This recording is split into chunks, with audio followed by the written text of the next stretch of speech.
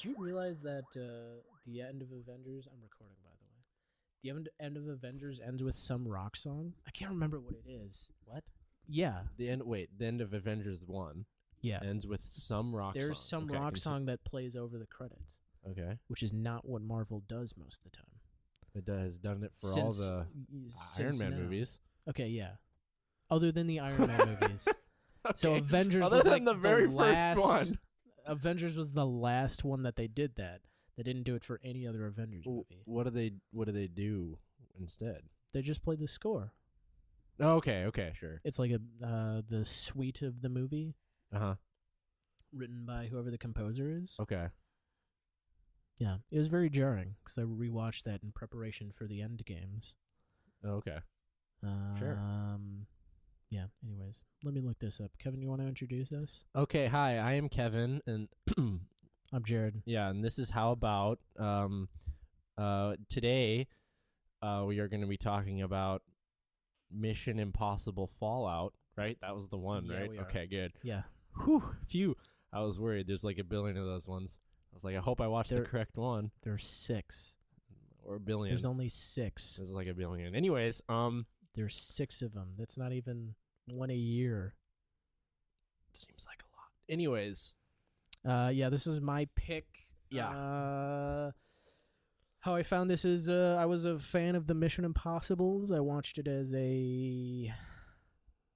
not as a child, but as a teen. I think starting with number 3 and then like at sleepovers and stuff we would watch them. Mm-hmm. And I got very deep into the spy genre, so James Bond, Mission Impossible. Mm-hmm. And I've watched all the other ones as they came out in theaters, 4, 5, and now 6. Mm-hmm. That's it. Kevin, first impressions. You'd already watched this movie. I had, yes. I watched it on an airplane. Oh, Jesus. Yeah, which is why I was glad for the opportunity to watch it on my television. Why would you do that, Kevin? Because this movie, what I do generally when Can I'm I on just an say airplane, I'm so disappointed in you? when I watch movies on airplanes, Oh, it's because I don't want to have to focus on anything.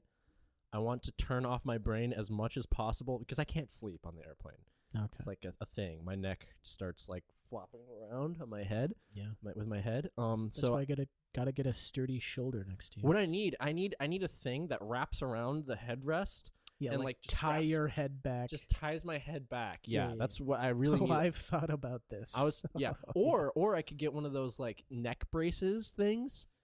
Yeah. And then it'll like keep my head up. Yeah, you still like loll pretty far to the side though. Is my That's the problem. That's why I should just bring a roll of duct tape next time. Just like Hey, excuse me, you're not gonna be able to watch your movie because I gotta tie my head. They don't want to watch. They don't want to watch a film. That's fine. Yeah. Okay. What I'll do is I'll yeah. Anyways, so yes, I try to pick. I usually pick movies that I feel like I won't have to think about at all, Mhm. and I'll just be able to like watch the bright colors. Yeah. Especially on international flights, Yeah. because it'll be one of like 6 movies I watch. Yeah. So yeah. Flight to China is like almost 12 hours. Okay. So you're watching like 5 or 6 movies. I suppose. Yeah. All right. Anyways, yes. Watch Watched it on an airplane. Rewatched it on my television. It's Yeah. a much more enjoyable experience. Yeah. I'd Although- imagine. Yes. So this movie is a lot of fun. It's not perfect. A lot of fun. That's what I'll say. All right. Start it off. I'm gonna fight you on that. That's fine. Continue. How many other Mission Impossibles have you watched, if any? One. I get it confused. Okay. Was there or was there not one? Okay, yes, I have watched another one. It was when they were in like Abu Dhabi or Dubai. Yeah, that's And they were- Ghost Protocol. They were like suction cupped Yep. to that big yeah. building. The Burj Khalifa. Yes. The problem is that I confused that movie with the Fast and Furious movie where they're jumping. Also in Dubai. Yes. Yeah. And they came out around the same time too, I think, right? Ish. Within I think like 3 years probably. Yeah, I think So yeah. to me, I thought I hadn't watched it. Uh-huh. and like they were like jumping cars across, and I was like, also Tom Cruise was suction cupped to the side of the building. That was weird. And then it's like, no, that's a separate movie. Yeah. So yes, two fairly different movies. yes, very different. My brain is just not smart enough to separate them. Abu Dhabi can only be one movie. Yes, there can only be one movie. There's only one building. Yeah. Little do you know, every movie is going to soon be shooting in Abu Dhabi. Yeah, because they get paying everybody. They get huge lots. They get huge truckloads of cash. Yeah.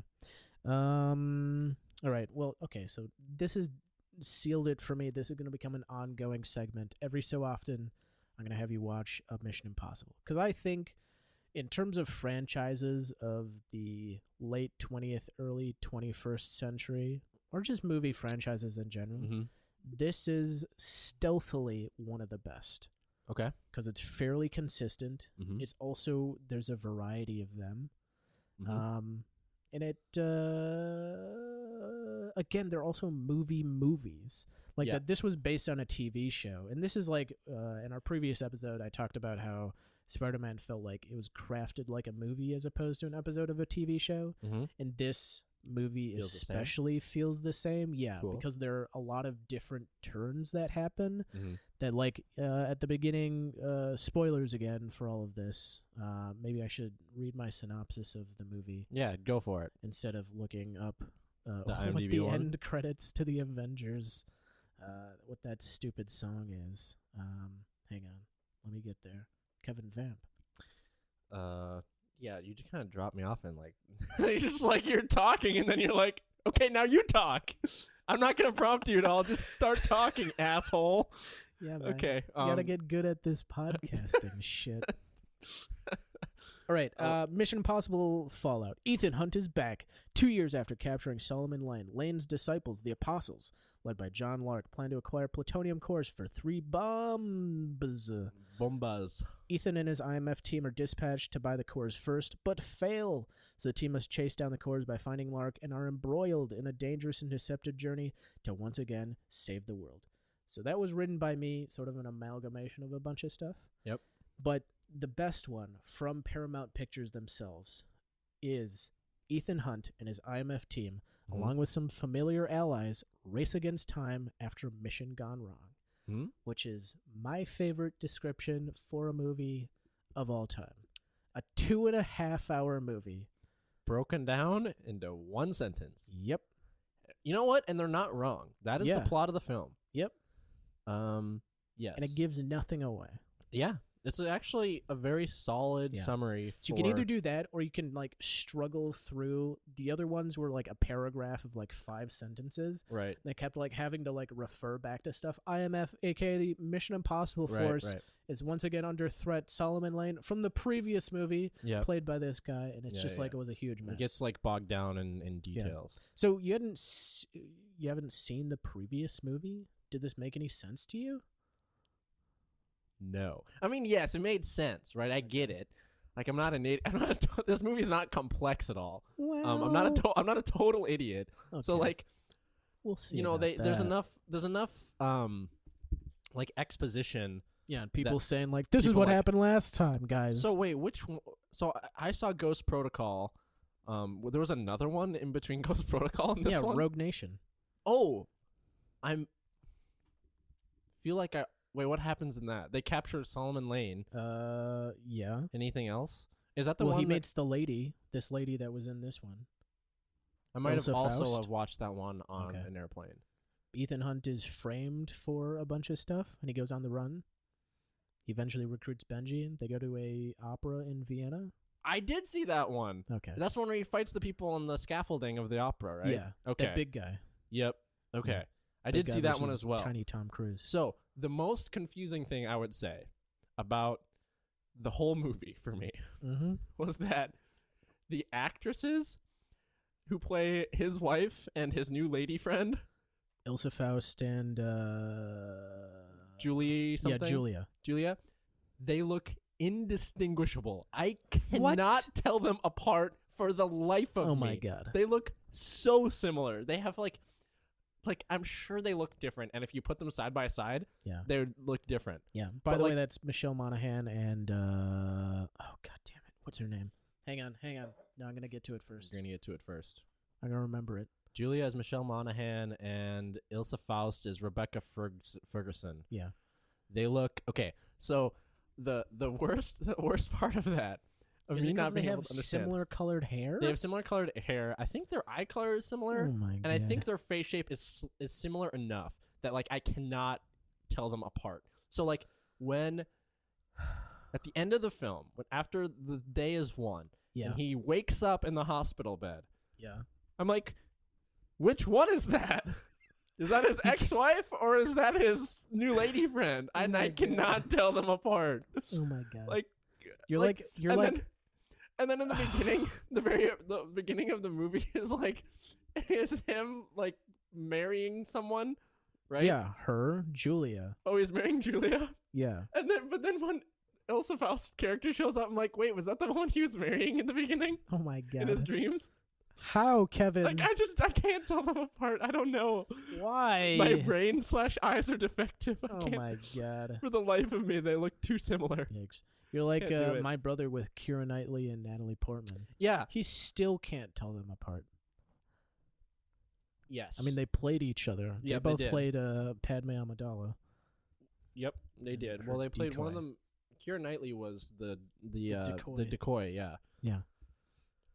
But they in real life they don't look that much alike. Now they don't. As children, they definitely did look very similar. Yeah. Because their faces still had the baby fats on it, and it, Yeah, but out of that makeup, I have never thought of them as. They did look very similar. There's a reason why they were cast to be. Yeah. But also, like, there's a reason why they had makeup on and stuff. True. Okay. Weird geisha makeup. So have you not seen Rebecca Ferguson or Michelle Monaghan in anything else? I don't think so. You didn't watch True Detective season 1? I watched part of it. Oh, okay. It was on Michelle Monaghan's in that. It's on like HBO, right? Yeah. Yeah, I think I watched like the first 2 episodes with at like Adam's house. Okay. And then we never watched. Yeah. You should watch it. I think you might like it. But yeah. So anybody coming from the rest of the movies, I feel like would understand who they are. Because they both have movies of their own. Okay. You couldn't tell by their accents.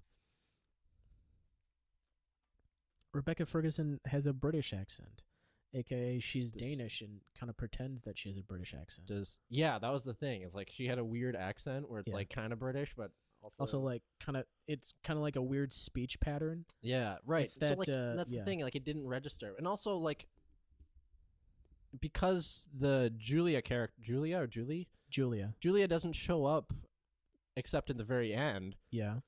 So the whole time I was also like, the beginning. In the very beginning, right? So she shows up in the beginning, and I'm like, and also somewhere in the middle, there's another dream. Is there? Okay. Yeah. I believe you. So for me personally, it's the same person that's showing up the whole time. I'm like, wow, this is a really weird sequence. And then she shows up at the end, and I'm like, wait, are they different people? What the hell? Even by then, you couldn't notice that they were... No, the whole movie, dude. The whole damn movie. I was like, this is the woman that he was marrying in the initial dream sequence, right? No. She shows up at the end, and I'm like, wait a minute, what's happening? Yikes. Yikes. Anyways, that's... regardless, there is something I want to talk about specifically, is that Henry Cavill is the villain of this film. Yeah. Well, plays henchman, technically.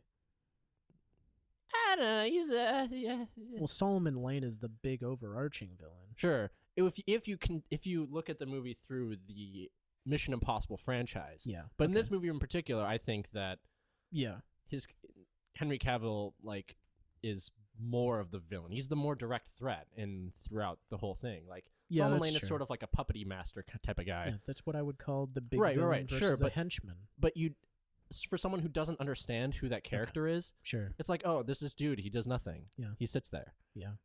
He sits there kidnapped, captured most of the film. Yeah. Whereas Henry Cavill is off doing stuff. Henry Cavill. Punching people. Right. The very first introduction I had to him is in the much vaunted Batman v Superman. You didn't watch Man of Steel? No, I didn't. Okay. And I was like, Superman, the actor who plays Superman is fucking awful. Holy shit. He is a stiff piece of garbage. I've never seen an actor so bad with such little charisma. Yeah. No character, like such a terrible actor. Holy God. And then I watched this. No. Then I watched The Man from U.N.C.L.E. Ooh. And I was like, holy shit! Who is this Henry Cavill guy? Yeah. He is the greatest guy I've ever seen in my life. Oh my God. I want to be Henry Cavill. He is so cool. I watched that film and I was like, Man from U.N.C.L.E. and I was like, my brain exploded and imploded at the same time because he is so cool. Like, that movie is great. It is, yeah. I rewatched it recently. He is like Sterling Archer from the show Archer. Yeah. Except always competent. Like Archer kind of oscillates between being like kind of like terrible and great at what he does. Yeah. But he's always awesome. Yeah. And I'm like, holy shit. He is so charismatic. Yeah. He is so cool. Yeah. And then I see this one and it's like, oh my God, Henry Cavill is amazing. Yeah. And it's like, how did Zack Snyder ruin that? How do you take someone who is that talented and like write him a script so that he's literally, you could take Michelangelo's David and then just put it in the scene and then just have every scene like people like talk to Michelangelo's David and it's just there not saying anything and it would be the same exact performance. Yeah. I swear to God. Yep. Yeah, well, I mean, that's what happens when you get Zack Snyder and David S. Goyer in a room. Oh my God. They fucking ruin your childhood and Superman and one of the great actors of our time. Oh, holy shit. Like, I am so fucking hyped for The Witcher series. Like, I've never played The Witcher. Yeah. I'd never read the books. Yeah. But Henry Cavill's are so fucking cool. Yeah. That, like, I can't help myself. Yeah. He's great. He's so awesome. Yeah. Like, what the fuck? Yeah. How did they ruin that character? Zack Snyder's so terrible. Yeah. I don't know. Oh my God. I really like Henry Cavill. Me too. Even thinking about doing The Man from U.N.C.L.E. I didn't know if you'd seen it. Oh yeah, I was thinking about that too. It's another movie. Yeah. No, yeah, I really like that he's a good dry comedian. Yeah, comedic definitely. player. Mm-hmm. And he gets a lot of that in this movie. He gets a lot of being the straight man, both comedically and both like plot wise as the man who, you know, he's the murderer. He's the one who did it in the ballroom with the candlestick. Yep. But like, and that's not fully concealed either. Like, okay, so watching it, did you think that he was a good guy the whole time? Or I mean, I knew he was a bad guy. Okay, like because it was spoiled from the trailers, basically. I didn't see the trailer. What did I know? Oh, okay, so Justice League came out first. And I think through that, because of that whole debacle about him not shaving the mustache. Yeah. Great choice, by the way. Yeah. It's a good that he did this movie and didn't give a fuck about Justice League, because Justice League was a dumpster fire. Yeah. Of the highest grade. Right. So but I knew through Osmo, I think, you know, because someone was like, oh, he plays the villain in Mission Impossible Fallout. Yeah. And that's why I didn't shave the mustache. So I was like, okay, he's the villain. Yeah. But I mean, also, he doesn't try to really hide it. He's a dick. Like, he unplugs. They're gonna parachute into Paris. Yeah. Like, he pulls out the oxygen. He's something like, dumb, like, enough talk. And he pulls out the oxygen tube and then jumps out of the plane. I'm like, oh my God, what an asshole. Yeah. And then, like, so, yes. Yeah. He's great. One thing I wanted to ask you about Mission Impossible in general is, about this movie, is when they're jumping out of the plane, do they get hit by lightning? Is that how Henry Cavill the lightning strikes near them, and it's like into the air? Shock. Okay. Yeah. Okay. Because there's lightning inside of the cloud systems. Okay. Yeah, I don't think anybody gets actually hit by lightning, but I think he the gets knocked concussive out. Force he gets knocked of the out. lightning near them Right. is what knocks him out. Right. Okay. And sends them for a loop. Right. Yeah. I really like that sequence. Also, by the way, Tom fancy. Cruise actually did that with a real cameraman also jumping out of that plane and doing a halo jump. Yeah. Like, how cool is that? Right. That's so cool. And it makes a big difference, though. Like, it actually does make a difference in that it doesn't look like, I think the funniest thing to me about the new Star Trek movies is that almost every single one of them, there are 3 of them, the first 2 have the exact same sequence of them jumping out of the ship to go do something on another ship. And they have to, like, navigate some sort of system, and they're basically doing a Halo jump. Right. But those sequences look like garbage compared to these, because this was actually done, and it's that, like, sort of uncanny valley difference of that the real stuff just works, and the fake stuff just looks fake, like, no matter how you do it. Right. And him, like, actually doing all of this stuff, because it's not just him jumping out of the plane. There's business he has to do after that. It's not and just, that's the step that Mission Impossible takes that I think sets it above, like, any other sort of stunts, sort of spectacular movie in any way. Like, the James Bond franchise attempts to do that, but Daniel Craig doesn't actually learn all of this stuff, nor why would he? Like, you don't have to. No other actor does this. Right. Like, that's the thing that makes me most nervous about if Mission Impossible continues after Tom Cruise eventually kills himself doing one of these stunts. Right. Is that I don't know if there's any other actor who could, like, learn. Okay, so he learned how to do a Halo jump, which is a super high altitude jump that you have to have oxygen in. Yep. As did a cameraman, and they shot that thing like 100 and something times, like out in the desert, or I mean not in the desert, but like in France someplace, to make sure that they got the light. Like, first off, who does that? Right. Who learns how to do that? He learned how to pilot a helicopter for the first time. Right. He already knew how to motorcycle, and so he's also, like, in the behind the scenes, they're like, yeah, he's the best stunt driver we have on this film. He's been doing it for like 25 years. Right. So he drove that car and that motorcycle. Like, who? An insane person learns how to do all of these things. Yeah. Tom Cruise is he's just actually insane. Like, there's no other way to describe it. He is, like, for one, like, even beyond him knowing all this shit, he's like an actual crazy person. Yeah. Like, in a cult and everything. Yeah, big Scientologist. Yeah. So, but, like, he is a crazy person. Like, I'm not convinced that he's not, like, pushing for these movies just so that he can do crazy shit. Yeah. He's like, I want to do crazy shit. Yeah. Let's make another Mission Impossible movie. But and it also works because Ethan Hunt is a character who is he's like, a James Bond-esque person who knows he can do anything, right? Right. Yeah.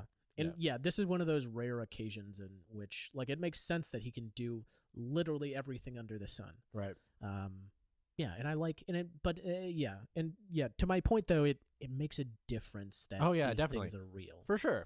Your eyes believe it. Yeah. You're like, oh, this is happening. When he's, like, climbing up into the helicopter and they've, like, fucking jerry-rigged cameras around it. Yeah. It's like, oh God, this is real. Yep. You can tell it's real because like the camera is not, like, at a flat angle or whatever. Yeah. And it's, like, got a little bit of, like, I think it almost looks like it's fisheyed, like, slightly. Yeah, it's probably a very wide angle. Right, because they're trying to capture it, and it's, like, it looks fucking real. When he, like, falls, I mean, he's got wires and stuff. Right. But that is like, an actual human being falling as opposed to, some CGI, creature just being thrown around. Right. Yeah. And because it makes like, that's the biggest thing for superhero movies is that when people are, like, flying or, like, doing incredible stunts is they look very, like, rubbery. Like, right. Yeah. Very, like, kind of like Gumby. Yeah.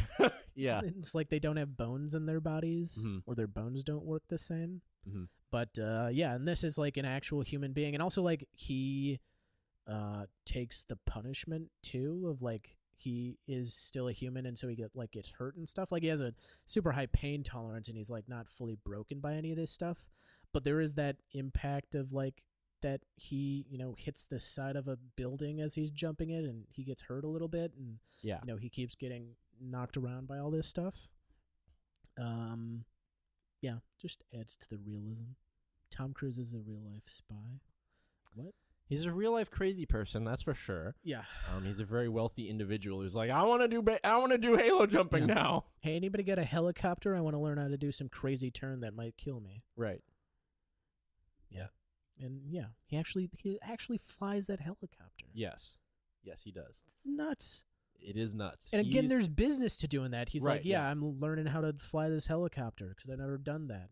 And so he's like also doing acting there. Like in the Halo jump, he's like, yeah, attaching that oxygen thing or flipping over Henry Cavill's dumb big butt because he's because he jumped out of the plane into a lightning storm. A lightning storm, yeah.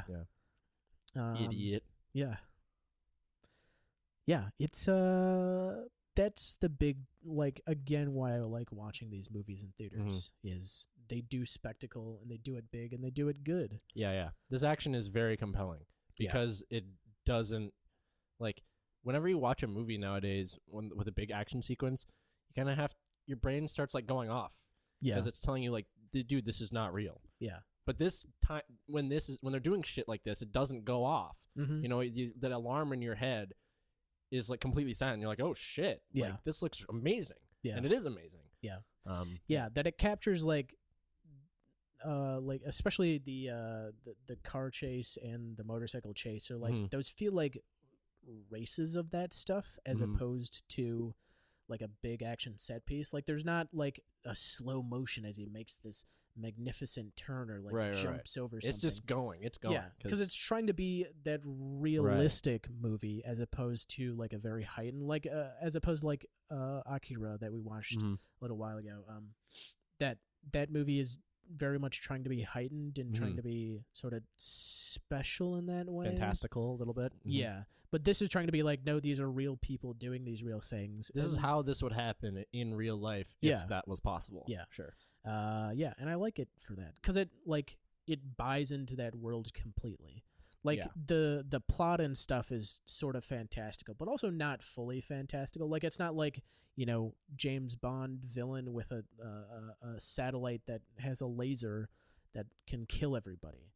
Like it's not that ridiculous. It's just 3 nuclear bombs that somebody's going to set off, which is like that could actually happen.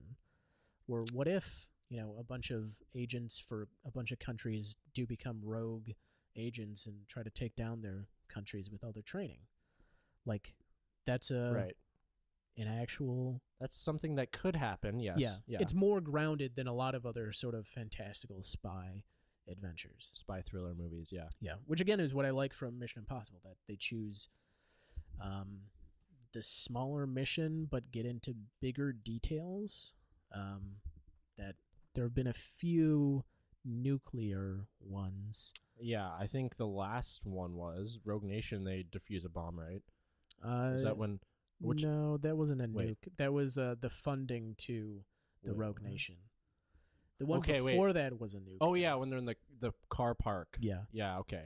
Yeah. See again, yeah. That was Ghost Protocol with the building in Dubai or Abu Dhabi or whatever. Yeah. Fairly similar plot to the movie. Right. So that there's a nuke. See, that's another thing that confused me because Alec Baldwin gets shot or something. Stabbed in this one? No, he gets stabbed in this one, but I think he gets shot in the Abu Dhabi one. No, that was the other guy, the other secretary. Oh. That's not Alec Baldwin. That was the previous secretary. Twice. Nope. No, that was somebody else. Okay. Who gets shot in the car? No, there was someone else in like the Abu Dhabi sequence.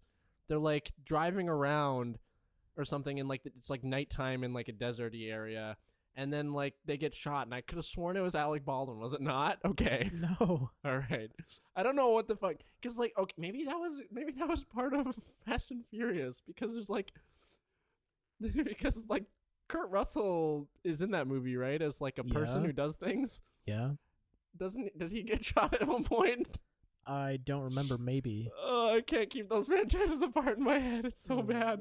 They needed to not film those movies in Abu Dhabi. I suppose, or you could just pay more attention, like some sort of regular movie watcher. It's not that hard to keep them separate. One has a bunch of bald guys, and the other has Tom Cruise. Oh God, the problem is like the action stunts are like action stunts, and so it's like, what's happening? Oh boy. Oh my God. My brain is not good. Yeah. Okay. Well, this is the final episode of the podcast because I can't continue this with this level of face blindness and also action blindness. Okay, anyways, what I did want to mention that Tom Cruise's character, and I don't know if they do it Ethan a Hunt. lot. Ethan Hunt. Yeah, Ethan Hunt.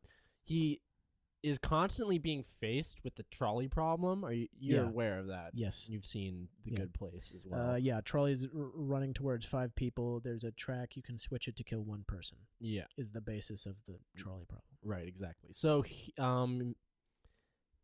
he's faced with that like 2 or 3 times. Yeah. Yeah. Yeah, that's a running theme. Is that? And then he always chooses the third option, where he's like, "I'm removing the derail trolley." the train. Yeah. So that was the other thing of why. So this was probably my favorite movie of last year. For the action and for the stunts and for this ethical problem that it raises. That was the same sort of ethical problem that Infinity War raises, which is do you choose the many over the one? And both of the movies said, no, I don't want to make that choice. We choose everybody, even if it's much, much harder. I really like that as a message, personally. Like, it resonated with me in a way. I agree that message is good. I think it, and it's fine that it's how it plays out, in where it's like, oh, that's possible. Yeah.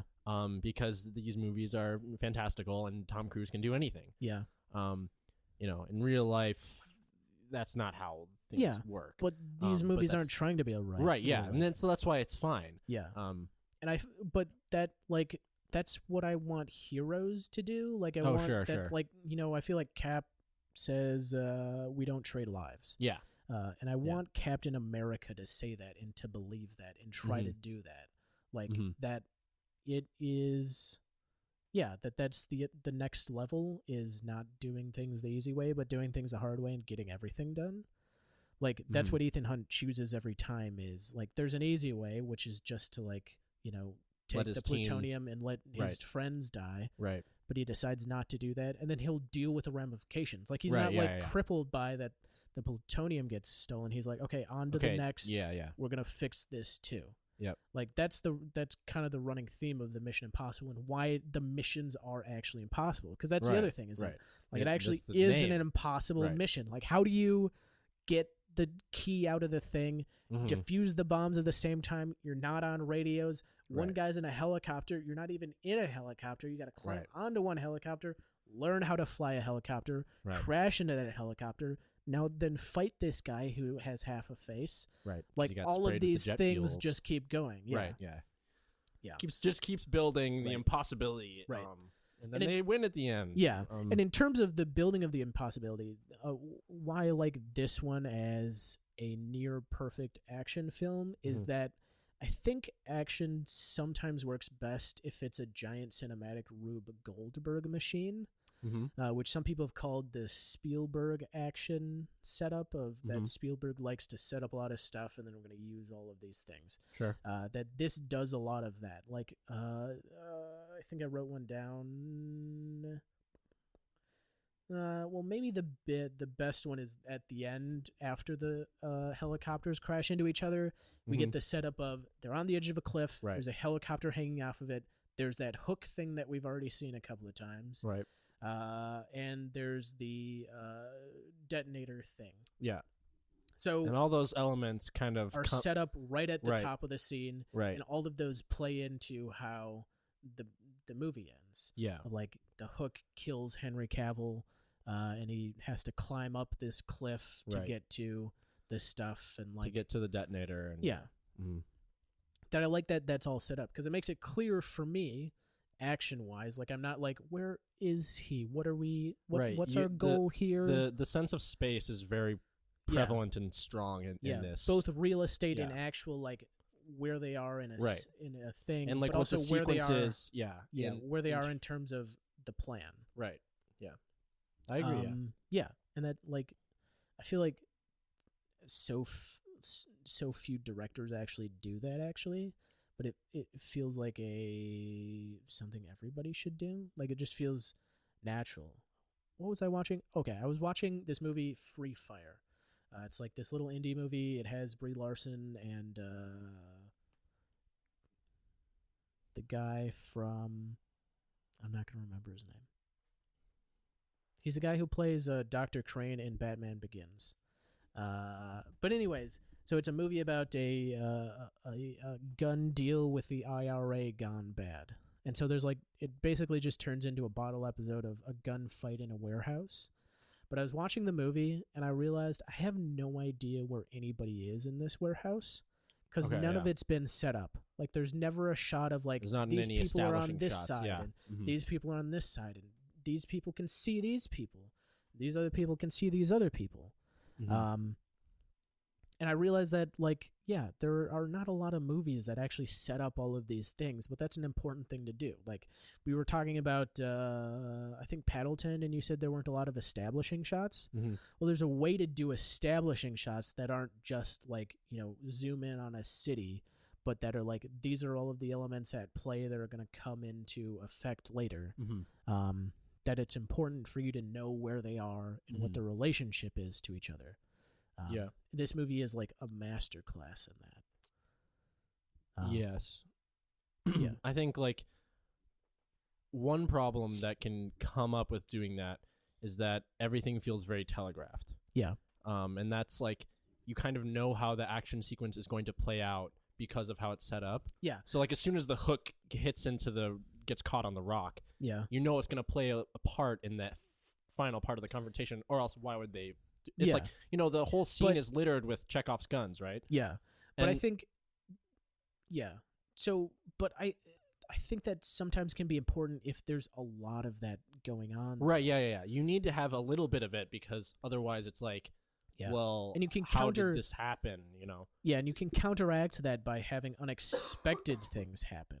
Like the fight in the bathroom, which, by the way, have you watched True Lies? The movie True Lies with Arnold Schwarzenegger? Okay. No. That bathroom looks exactly the same. And this fight plays out in a very similar way. Oh, yeah? It's very jarring. Yeah, I watched that. I watched True Lies like the other day. Okay. And I was like, what? Same bathroom. Why? What the hell? Yeah. But anyways, that bathroom fight is like... Tom Cruise is a hack. Yeah, so we set it up like kind of a... not fully Ocean's 11, which I want to talk about later, but like that, like, okay, this is the plan, and this is what we're gonna do. Like, we get all these things, and then all of those things go wrong, and it just turns into an all-out brawl. In this bathroom. Right. Which is like, that's a fun way to subvert all of that. Henry Cavill takes off his jacket and does like this, like, and recocks his arms, like this, like grunt, like recock, and I'm like, oh, he's so cool. Yeah, talk about a meme. Yeah, there's a meme. Yeah, he's very great. That action sequence is really, really fun. Yeah, that brawl, and also that's one of the shorter action sequences in the entire movie. Yeah, but it's like it has that, and also so there's that whole helicopter thing, and then the movie ends with just a regular fist fight on the edge of a cliff. Like, how do you to have all of those elements of like there are a bunch of fist fights and also a bunch of insane stunts, and like just all of that to flow into also each of them have different gravity. Like the fight with the guy in the bathroom is like that guy's better than the both of them. They only win kind of like by fluke and by kind of getting lucky. And they don't even win actually. It's Ilsa who kills the guy. But like that, you go from that to then there are the thugs who try to kill the guy masquerading as John Lark, which is actually Ethan Hunt. And he just dispatches those guys with like a couple of punches and hits and stuff, and like that sort of like video game level of these are the lower level thugs versus kind of like a mini boss type guy.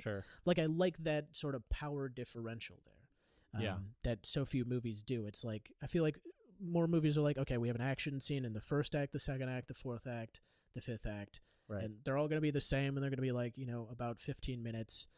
But this movie is like, no, I mean, we're going to have action here, but this action needs to kind of roll through. We can't have an extended fight in this bar. So we're just going to dispatch these guys really quickly. Right. Because that's not the point. And it's to showcase, Right. It's to build the story along a little bit. But any other movie, it would be like, well, this was like the biggest day on set, and we had so many stunt people, but this is like, no, we're just... This is just a regular throwaway thing, Yeah, I mean, there are 10 people in this fight, but who cares? They all get stabbed very quickly. Yeah. All right. Ocean's 11. Mm-hmm. I liked the subversion of that, like, the Ocean's 11, and then this is the plan, and then we go into the plan. That is kind of sent up in a way of when they announced the plan to take back Solomon Lane. When they meet the White Widow, and the White Widow says, "Yeah, we're going to train Solomon Lane for the plutonium." Right. That we go through that whole sequence, and it's just the music playing over that. Which also, by the way, the music in this is some of my favorite music to a film ever. I really like this score, and I think it works really well. Yeah. But it's that haunting, like, violin sort of theme, and it's over that as we see what might have been, and then we roll it all back, and that's just Ethan Hunt's imagination of it. Right. Like, I really like that. I feel like that was so cool. Because I don't know. I just really appreciated that. Yeah, it's a very fun way to, like, kind of like look into Ethan Hunt as a character, because like it ends with him like looking down killing that police officer, or almost. And does the gunshot go off? I don't remember, but like it does. That's what brings us back. Oh yeah, right. It's the one sound effect we actually hear. Right. Yeah, they do that multiple times where it's like completely silent and then things are happening. Yeah, they do it there again. Like they do it, like in part of the helicopter sequence or something. I don't remember. I didn't write it down. I should have, because I thought they'd do it at least twice. Are you thinking of the car chase, maybe? Maybe. I don't remember. Car versus motorcycle chase? Because that's one where, so we have the score for Ethan on the motorcycle until he escapes. And then when they get in the car after that cop's been shot by that, the gang of people, which I also enjoyed that. Yeah. Like, he wants her to leave, and then these thugs show up, and then they shoot her, and that's what sets him off. Because, again, he doesn't want to kill people, He doesn't want to kill innocent people. Yeah. He doesn't care about killing thugs or bad guys. He still doesn't want to kill them, though. But when he's provoked, he will kill them to survive. Yeah, I would say. He plays very fast and loose. But I mean, like, that's the difference between him and Walker. Is Walker would have seen those four guys and immediately killed them. Well, he would have just shot the policewoman and then moved on. Yeah, that too. He was in charge, right?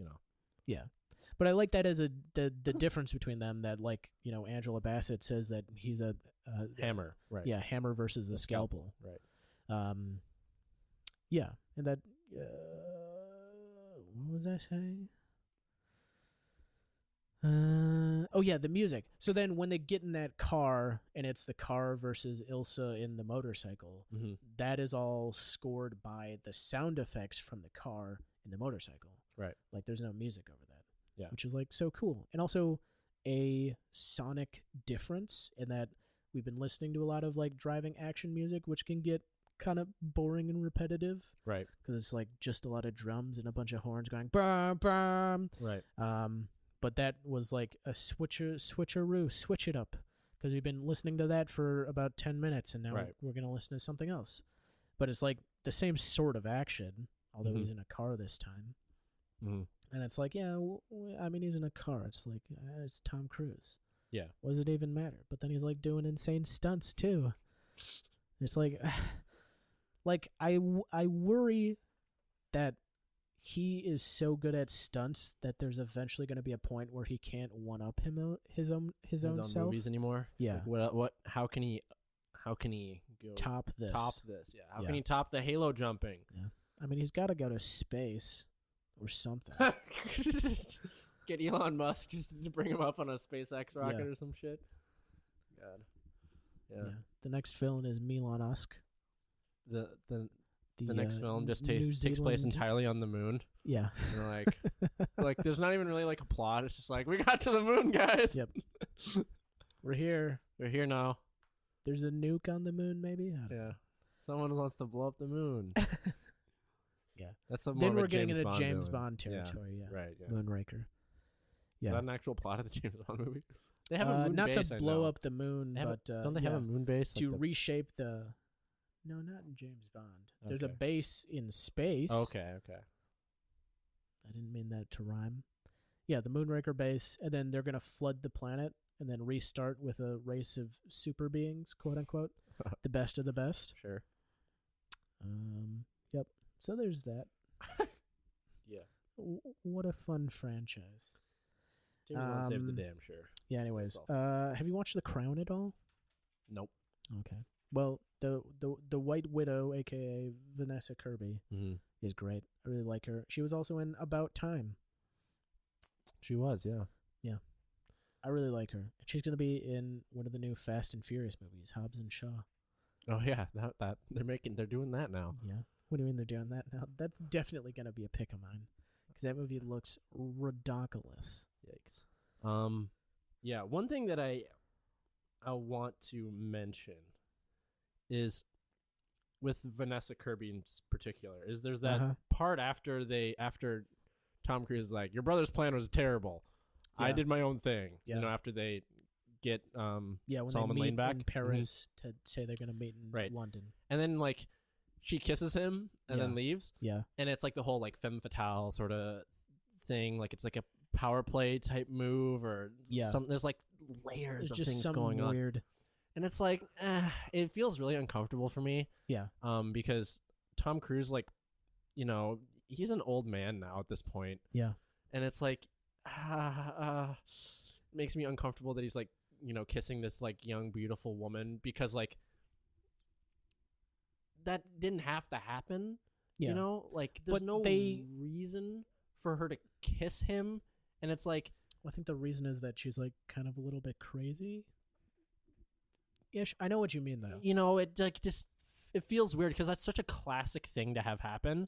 Yeah. You know, like, you know, James Bond has like, you know, the woman of the movie who's the just Bond there to girl. Right, the Bond girl is just there to be eye candy and fuck James Bond. And like, you know, they don't do that in these movies, which is good. Yeah. But then this character like kisses not James Bond, Ethan Hunt.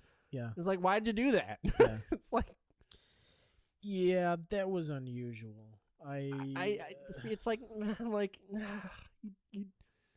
I mean, she does have a fascination with him.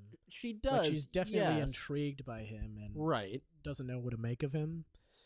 But yeah, I feel like you could delete that from the film, and nothing would change. And like the character, or it could have been like some weird, like sort of touching. Like she touches him on the face or something. Or like she goes in and then... Or she like Fredo kisses him on the forehead. Yeah. You know, like just something different where it wouldn't make me feel uncomfortable. Yeah. Because like there's things that go into movie making beyond just, you know, the end product of the film. Yeah. And it's like, what is happening? Like, why did that happen? Yeah. There's not really a clear motivation for that to happen with the character itself. And so I'm like, what? Because I had no like sexual chemistry before that, and like the kiss wasn't necessary. I mean, a little bit, but like I don't know. They were like doing the flirting at the bar when he pretends to be John Lark. Right. Yeah. Yeah, I know what you mean. Yeah. I just wasn't as much of a problem for me. Yeah, and it's not like a huge problem. It's just like something that I thought about. It's like, yeah, that's weird and kind of bad. Yeah. And I think like ultimately it's little things like that where I'm like, why is this happening? Yeah. That makes me not love this movie. Like I still enjoyed it immensely. It's a very fun film. Yeah. Very, very fun. But like, okay, so another thing that comes to mind is in before the motorcycle chase scene, what's his name? Henry Cavill gets on a motorcycle, drives away. And then Tom Cruise's motorcycle is fucked up. Yeah. Why? No worky. It doesn't work just so they can have... The implication was that Henry Cavill sabotaged him. But so he could be captured. Right, because Lane wants Hunt to be captured and watch the world burn from his cell. Right. So that's the implication is that, but I think the reality is just his motorcycle just didn't work for that little bit. Yes, but in the script, it's so that they can have the extended motorcycle chase scene. Like if he just drives off right away. Yeah, that's a part of it, but it's also that it's hinting at Henry Cavill being the bad guy again. But we don't see Henry Cavill like bring the motorcycles there. We don't see anybody bring the motorcycles. So it's like, why would they not work? That's because we're assuming that like Benji or maybe Luther Cavill said that he was going to be the one to do all of that. Yeah, I don't know. Felt weird to me again. Okay. And it's not like a problem. And Yeah. it's like when I was watching it, it was like, oh, the motorcycle's not working, ruh-roh. Yeah. Because that's what you're supposed to feel. Yeah. You know, and then they get into this chase scene and it goes on, and you're like, well, why was it not working right away? Yeah. Seems weird. And it's like, oh, did Henry Cavill fuck it up? I don't know. Maybe he did. Yeah. I mean, I'm sure that's what you're the supposed to feel. implication. That's the extent of what you're supposed to think. Sure. I don't know. Don't love it. I don't see why that's a problem. Don't love it. Let's see. Tom Cruise has a line. We'll burn that bridge when we get to it. I liked that. I like that That one was too. great. That's fun. Do Fun you play feel on that Tom phrase. Cruise looks very old in this movie? I feel like he looks There are very points where he looks very old and points where he doesn't. Yeah. There are points where he's like limping because he did break his leg Mm-hmm. or ankle. Mm-hmm.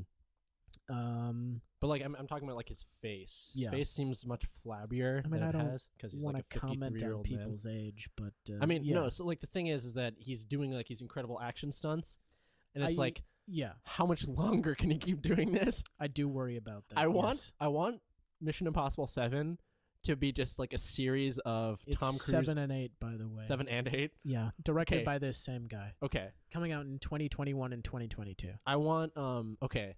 Then I want Mission Impossible 8 to be Tom Cruise, just Ethan Hunt like failing to come up. Like he comes up short every time. Yeah. And like he wins through like, you know, outsmarting people or whatever. Yeah. Like I want him to be like, oh, he's trying to fight someone, he just get the shit kicked out of him Yeah. because he's old Which now. that kind of does happen in that fight in the bathroom. Yeah. Is But that like he he's knows also, that he's outclassed, and so he's Right. got to find some way to sort of even the odds here. what's he do that? Nothing much. He Okay. can't. Right. But like you can see him like He's, like, trying to do other reluctant to fight this guy because he knows that he's younger and faster And stronger. Yeah. quicker and And he like beat the shit out of Henry Cavill, and he's Yeah. huge. But also, I mean, Henry Cavill, all he does is box and just like Right. takes hits. Yeah. Like when he He's a kills brawler, Alec yeah. Baldwin, he Right. like gets punched in the gut by Alec Baldwin. He's like, huh. He's just like And he- still reaching for the knife to Right. kill him with. Yeah. It's just like, he's just a fucking tank. Yeah. Just a giant behemoth of a person. Yeah. Yeah. Very Hammer fun. versus scalpel. Very fun person.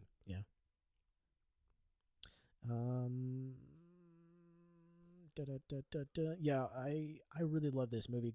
My favorite part is after he escapes on the motorcycle. After Ethan Hunt escapes on the motorcycle, when he Mhm. falls into the Into the yacht boat? or whatever. There's like a snare theme in the second version of the Mission Impossible theme that plays Mm-hmm. as they drive through the underground The sewer system. sewers of Paris. Yeah, Mhm. I really, really, really like that music. Yeah. That's probably my favorite version of the Mission Impossible theme. Yeah? Yeah, which is like the heist version.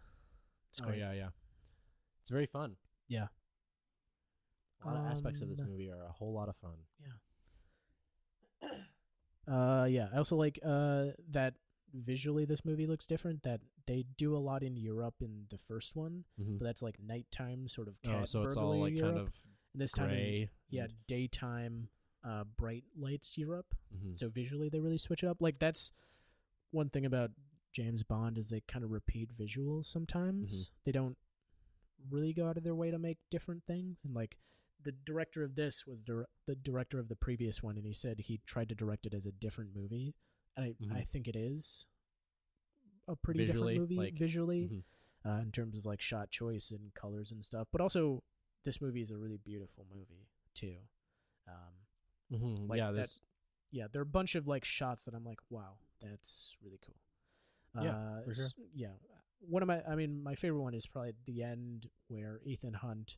There's that fade to white of the misdirect of did the bomb go off, but no, it's Yeah, actually yeah. just the sun blinding us, Right. and him laying on his back at the edge of that cliff, and it's just like the vista of Kashmir, aka that was actually New Zealand, I Mhm. believe. But yeah, it was great. Mm-hmm. I really liked it. Yeah, that shot was fun. Yeah. Like, yeah. That's all you got to say? I mean, like, part of me wants to not like it because it's like, did the bomb go off? No, it's the sunset, and it's like, and then part of me is like, oh, that's fun, and the other part's like, where I'm Why? like, what's wrong with that part that goes, what does that part want? That part wants not to pull that, where it's like that split second of like tricking the audience a little bit, and then having it turn into this thing, like, just turn into like this like vista shot. Yeah. But like it's not like a actual problem. It's like a split second where like after you realize it, I'm like, and then I'm like, it's fine. I don't know. It's hard to describe. I think like part of the reason why I don't really care much for this film, like as much as you do, obviously, is because I just haven't seen. I have no connection to Ethan Hunt as a character because I haven't seen I've seen, I guess, 4 and 5 as well. Yeah. But I don't remember hardly anything. I remember him hanging off the edge of the building. Uh-huh. And then I guess I remember the scene in the opera house. Yeah. But that's really it. Like, I don't remember the conclusion of that film at all. And I remember the car park scene from the movie before. But like I don't really have any connection to Ethan Hunt as a character. And so it's basically just like for me, the movie is Tom Cruise does fun action things. Yeah. And anything beyond that, like I sort of lose interest. So like, yeah, you're not in it for the movie universe bits of it. Like, yeah, it's Solomon Lane who did this thing. And, right. I'm like, who the fuck that's is that? Julia, who we know from movie number 3. Yeah, exactly. Which is the movie where it ends with them getting beer? Or is that Fast and Furious 2? That's Ghost Protocol. Okay. Yeah, that's 4. Okay. So yeah, I remember that scene too. Yeah. Does she show up at the end of that? Julia at the end of that, yeah. Okay. They're in like Seattle or whatever, and he's checking up on her. Because they were married, but now they're divorced because he ain't safe. Right.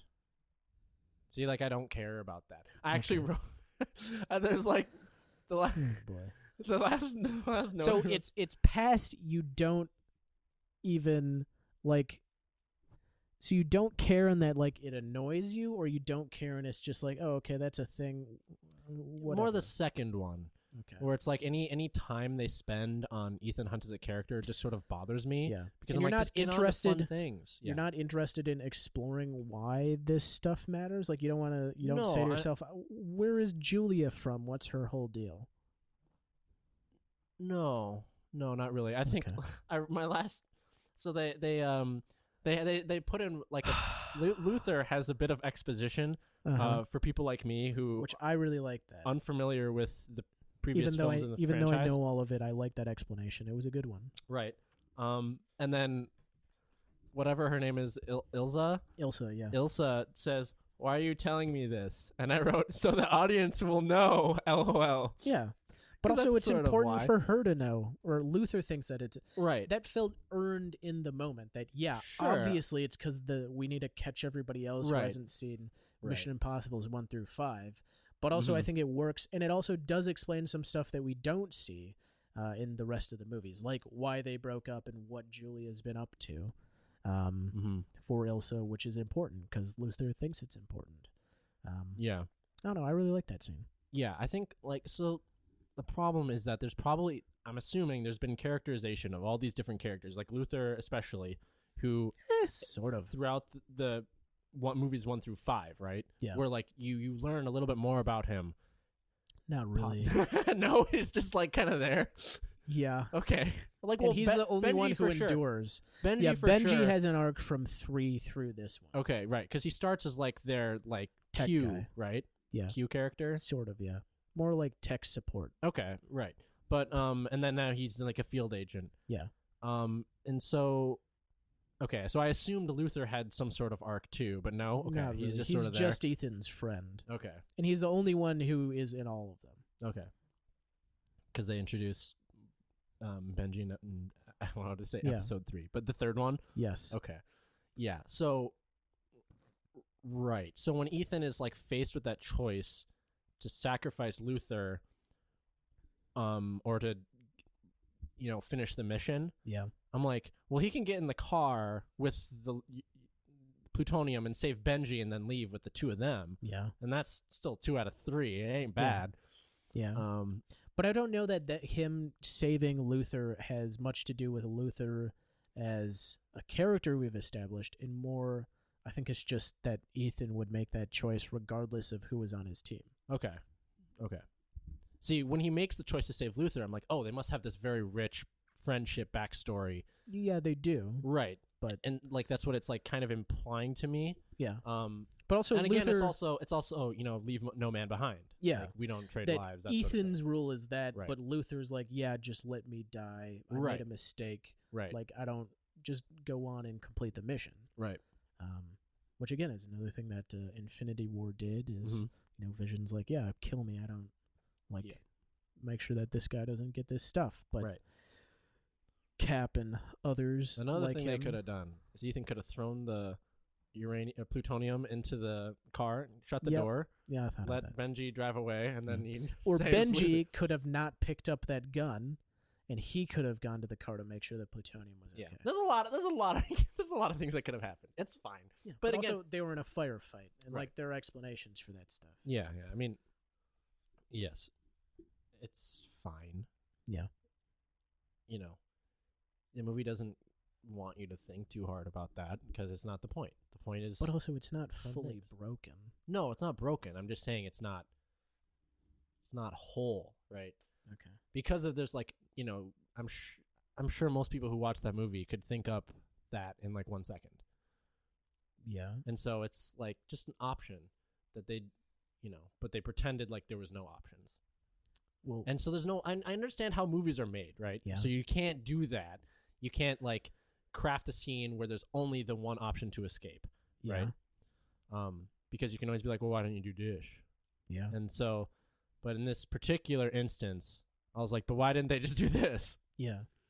I think this wasn't an egregious one. I feel No, like. no. It didn't break the movie for sure. Okay. Although it does have ramifications. Like them not solving it in any other way, Yeah.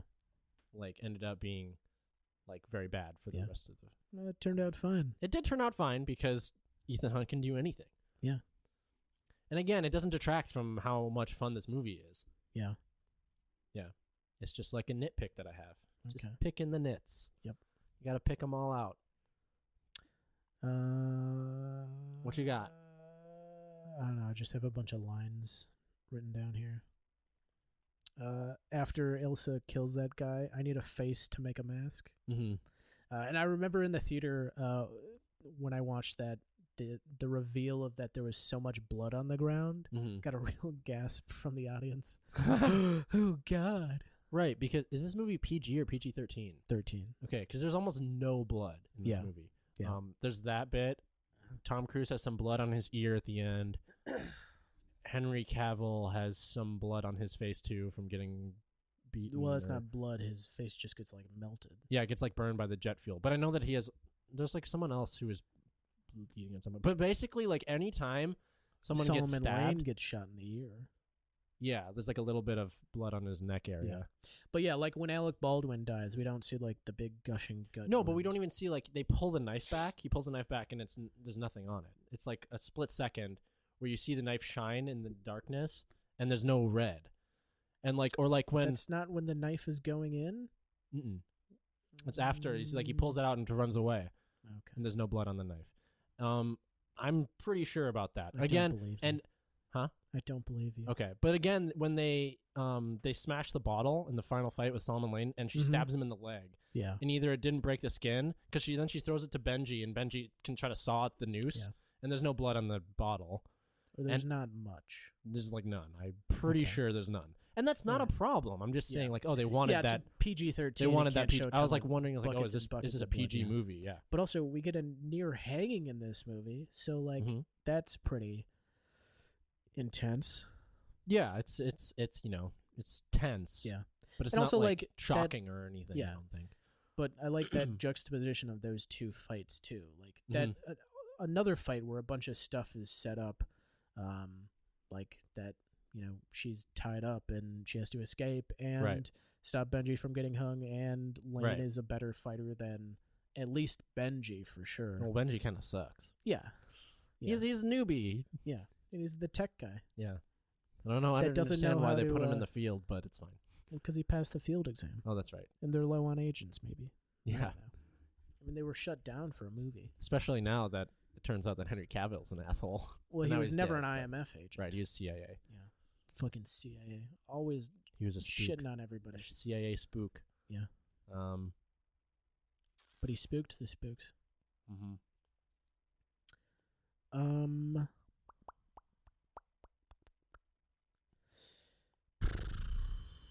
Oh yeah, there's a great scene when Angela Bassett and Alec Baldwin have their standoff. Mm-hmm. That they have their two I was gonna say dogs at their backs, but that's maybe a little bit insulting. They're champions. Yeah, they're chosen weapons. Yeah. Just in the background.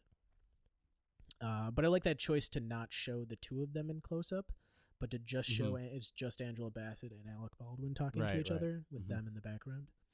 I really like that. Yeah, it was a fun little setting up of another nitpick I have about that scene in particular. God damn it. Is he's like, I have direct orders, I have direct authority from the president, and then Angela Bassett's like, no, I have direct order from the president, and then Alec Baldwin's like, okay. Yeah. He's like, you're not going to confirm that? Like, she could just lie and tell you. I like that he just walks away. Like, he doesn't give her an answer. She's like, either my guy goes on the plane or this doesn't happen. Right. And Alec Baldwin just walks away. Yeah, because he accepts that the president must have done it. It's like, but didn't you just talk to him too? I don't know. Well, yeah, she talked to him later. Yeah. Yeah.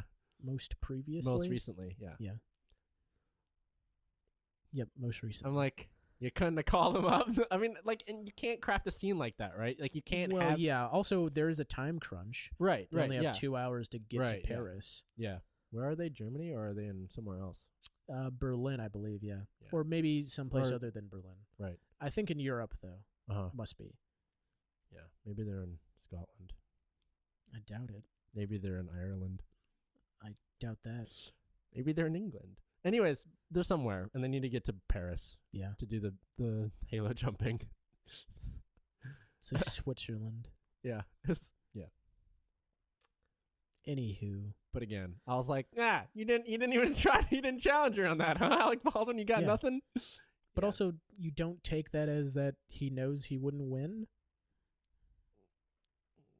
I don't know. I guess that's I guess. I mean.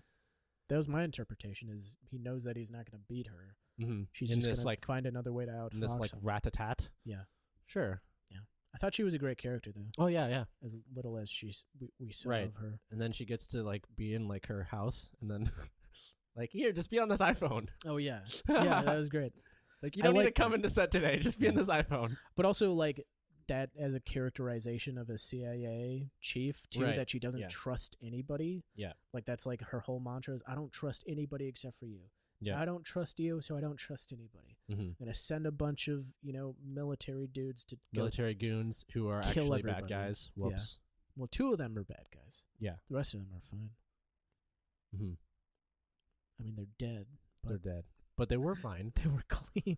They were clean until they got shot a bunch of times. Yeah. Yeah. Yeah. I mean, that's it. I mean, I have a bunch of other stuff, but yeah. It takes about 16 to 17 minutes till the fuse and titles. What do you think of the title sequence? Do you care or not care? Those are fun. I think they go. They show scenes from the rest of the movie. They're interesting. They show scenes from the rest of the movie, which throwback to the TV show. Okay. I was like, because I was like, I vaguely remember them doing this in the other movie. Yeah. So they just do that in every movie. It's kind of weird, kind of fun, kind of weird. Yeah, at the it's same an time. homage to the TV show. Okay, because you're like, oh, you're getting like a little snippet of what's to come. Yeah, like an hors d'oeuvre. Mm-hmm. It's exactly like a hors d'oeuvres. Hors d'oeuvres. Yeah. Yeah. Let's see. Mm-hmm. Got anything else? I'm reading. I like there's a piano riff that they have when they drive to the White Widow's house. Mm-hmm. That little piano. I really enjoy that. Again, I really like the music in this. This is an soundtrack that I listen to often. Oh, is it? Okay. Yeah. Composed by Lauren Belf, who I talked to on Twitter. Ish. I commented on that I really like the music on the the old tweeters, and he responded. Did he say thanks? Yeah, nice. And there's a lot of bongos in this, and so I asked him about the bongos, and he said that's another throwback to the TV show. Oh, okay. There are a lot of bongos in the when was the TV show? Like the 60s or something? Yeah, 60s. I don't remember when exactly. I watched a few episodes. Mm-hmm. It's interesting. I mean, it's old TV, so right, yeah, that is a little bit off-putting. Right, it has its own shortcomings. Yeah. But it makes a lot of sense. Like this is a TV show that you get a mission every time. Right. Yeah, and I like spy stuff a lot. Yeah. What's your opinion of spy stuff? Are you a big spy head? Not particularly. I've seen like 4 or 5 James Bond films, maybe more. Well, that's going to be an ongoing segment too. I find them like they're very episodic, right? And so they get repetitive, I feel like. Yeah. Where I mean there are 24 of them so far. Yeah, and like even this one, like this movie Mission Impossible Fallout, I was like, didn't I see this movie already? Like because there's the bomb in this one and then there's the bomb in the other one. I'm like, oh, technically there are 3 bombs in this one. Sure. Well, no, only 2. It's only 2 bombs. They got potential bombs. 3 potential bombs, but they don't make the 3rd one. Yeah. Yeah, so like it sort of reminds me of 24 where like after a while it was just like, oh, the threat is like the same sort of. Yeah. And it's fine. It's like kind of like what you it is the maximum sort of thing is a nuclear threat. Right. Like what's bigger than that that's actual real life. Right. Like that's when you get into lasers in in satellites, space and stuff like that. Yeah. Right? Ridiculous stuff. Yeah, I don't know. I haven't seen that many spy movies, I would say. Yeah. It's not really like a genre that they've made a lot of movies of recently, I feel like. Yeah, it's fallen out of favor. Fallen out of style. There's a good one I think you might like. Maybe I'll pick it later. Oh god, what's it called? Tinker Tailor Soldier Spy. Oh yeah, that? it's on my Netflix list. Okay. But I haven't gotten around to watching it. It's a good one. Maybe I'll pick that. Sure. I really liked The Man from U.N.C.L.E. Yeah. It's a spy movie. Yeah. Another based on a TV show. Mm-hmm. I'm really sad that there's not going to be another one of that. Yeah. Henry Cavill's so cool. Yeah. Also, Armie Hammer is great. Yeah. Yeah. Yeah. They're both great. Actually, they're all great. Yeah. I also like Alicia Vikander. Yep. She's awesome in that movie. They're all awesome. Everyone's great. Yeah. What a fantastic movie. Oh my God, Kevin.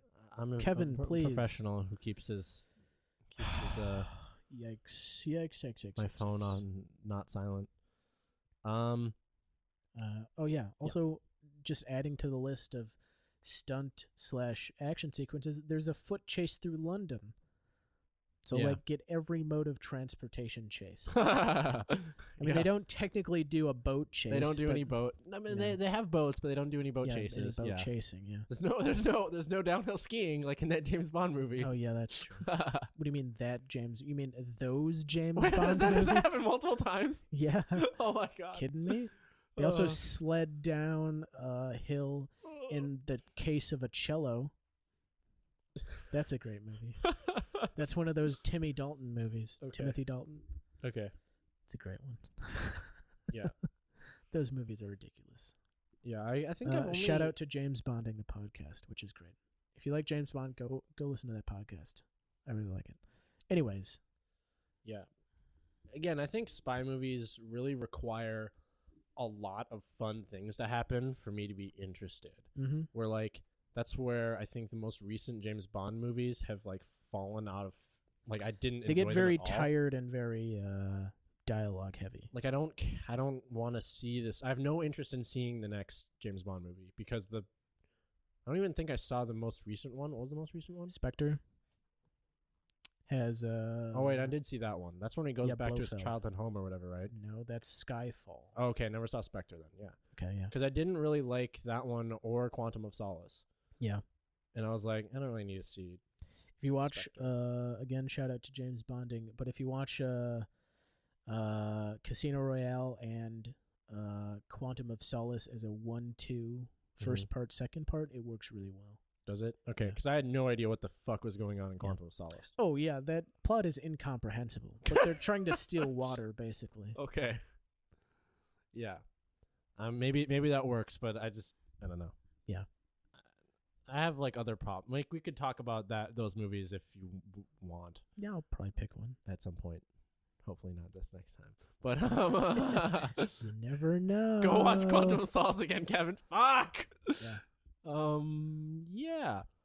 So does this one work for you though as a spy movie? Yeah, it does. I mean, because this movie is like so much fun throughout the whole movie. Yeah. Like I had like nitpicks with it, but it's like it didn't like hurt my enjoyment at all. Yeah. It's just like something that I was like thinking about until the next like cool action thing happened. Mm-hmm. And then like I mean the problem I think is that I just don't have any connection with Ethan Hunt as a character or any of the characters. Yeah.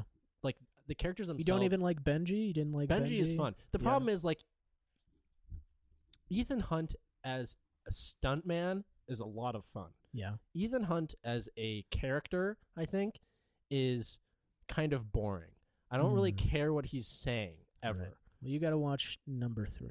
See, I think that might help. Like having like him built up, like because his connection with his ex-wife and stuff. Like I was like, who the fuck is this woman? Yeah. Like I just don't care. Haven't I already seen her? Right. Yeah. Didn't she show up in the bathroom and shoot that dude in the face? Oh my god. You know, like it's just tough. Like when you haven't. And again, I've seen 4 and 5, so I shouldn't be this confused. Yeah. But I am. Okay. So, yeah, I just don't care about him as a character. And it's like, get on to do something more fun. Yeah. Do something fun, Tom Cruise. God damn it. Stop talking. Come on, Tom. And I think, like, I don't know. I personally don't have a ton of time left. But, yeah. So, I just, like, his dialogue, some of it's really cool. Yeah. Like you mentioned one of his lines. We'll burn that bridge when we get to it. Yeah, that's like I was like, yeah, that's awesome. There's a great one in the helicopter chase where he like after he drops that payload, he says, "That's right, prick," and then Henry Cavill like does like some sort of grimace and he reaches back and gets the gun. Yeah, and then he says like, "Oh shit!" Right. As he starts shooting at him. Right. That was great. There's some lines that are really cool, and then some lines where I'm like, I don't really care what you're saying. Stop talking. Yeah. Get back to action things. Yeah. Yeah. They do keep the dialogue to a minimum, though. Yeah, that's true. Which is good, but also, like, it means that there's just, like, exposition dumps. Yeah. Which is fine, I suppose. Yeah. Okay. I don't know. I don't really have a big problem with it. It's not my, like the whole, like recorded message thing to, like, oh, yeah. set it up. I really like that. Because it's, like, a built-in mechanic that actually makes sense. Right. It is literally an expedition It's just dump. an expedition. But it also makes sense of, like, you're briefing somebody to go on a mission. It's done in a fun enough way where I'm fine with it being a straight up tell all. Like, here's how this is the movie, Again, guys. a very TV sort of like, this is your mission for this episode. I mean, this mission. This is the mission, yes. Yeah, so yeah. All right. You want to rate this bad boy? 7. Right. It's a lot of fun. I could not care less about the characters, which is the biggest drawback, I think. Yeah. All right. Well, what do you got? This is a 10 for me. Sure. Again, it was probably my favorite movie of last year. Mm-hmm. And again, a great theater experience for me. Sure. Watching it on the big old screen. Yeah, I can imagine. It was like much better on my television than on the airplane. Yeah, you think. For it's sure. almost like every movie is going to be that way too. I don't know. What other movie did I watch in the airplane that was awesome? I don't remember. None movies were awesome on the airplane. Didn't you watch Justice League on a plane? I did. That was the only time I watched Justice League. That's no, not Justice League. Plane movie. Not Justice League. Batman v Superman is what I watched in the airplane, and it was fucking awful. What a fucking terrible movie. It was so bad that I wasn't even like watching it on a real screen would salvage this. Yeah. Because everything about that movie was awful. But the Martha. Save Martha! I was like, Henry Cavill is the worst actor I've ever seen in my life. and then I see Man from U.N.C.L.E. and I'm like, oh my god. Yep. This is why a director matters. Yeah. You know that like meme, like look how they massacred my boy? Yeah. That's how I feel now when I like think about Batman v Superman. Yeah. All right. Well, anyways, this has been How About. You can follow us on the socials at How About Pod on Instagram and the Twitters. We're howaboutpod@gmail.com. We'll be back next week for an episode about Ed Latke's something Asia Laga. Oh shit, I need to watch that movie still. Yeah. Yikes! Whoops. It is. So yeah. How long is it? Is it like 3 hours? No, it's only. It's about 2. It's like 1:45. Okay. I'm interested to see what our discussion is going to be. I watched it last night. Yeah, it'll be an interesting movie to talk about. Mm-hmm. Yeah, so stay tuned for that. Kevin, you have anything to say? Nope. Thank you for listening. Yeah. Bye. Oh, rate and review. Right. Yep. Rate and review. Have fun. Bye.